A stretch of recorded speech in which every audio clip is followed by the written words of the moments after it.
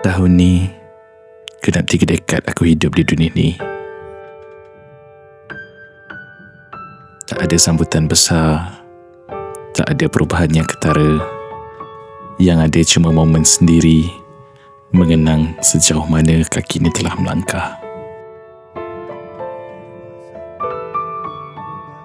Aku sangkakan bila aku masuk 30, aku dah cukup mahir dengan hidup. Tapi sebenarnya, aku masih belajar mencari erti. Namun, aku dah melangkah jauh dari mimpi yang satu ketika dulu hanya mampu aku angankan.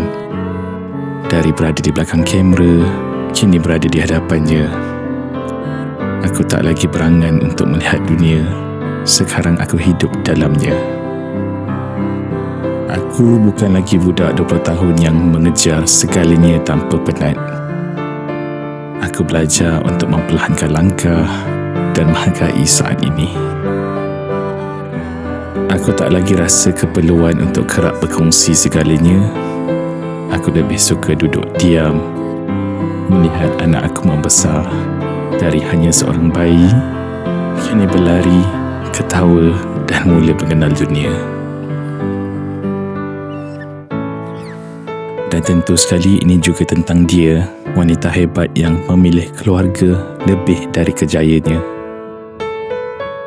Dia pun dah 30 juga. Sehari selepas aku, kami membesar bersama.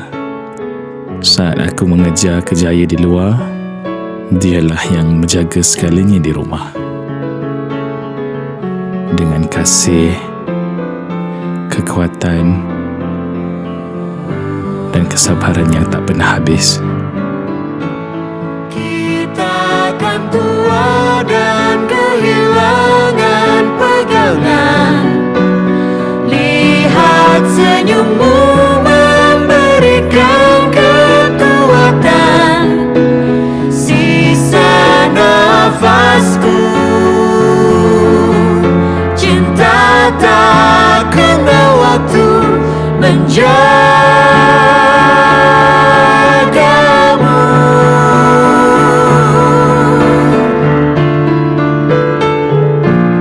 Pertama kalinya, aku benar-benar sedar masa takkan tunggu sesiapa.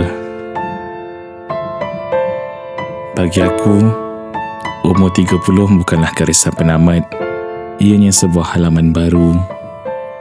Dan buat pertama kalinya, aku rasa tak tergesa-gesa untuk buka halaman yang seterusnya.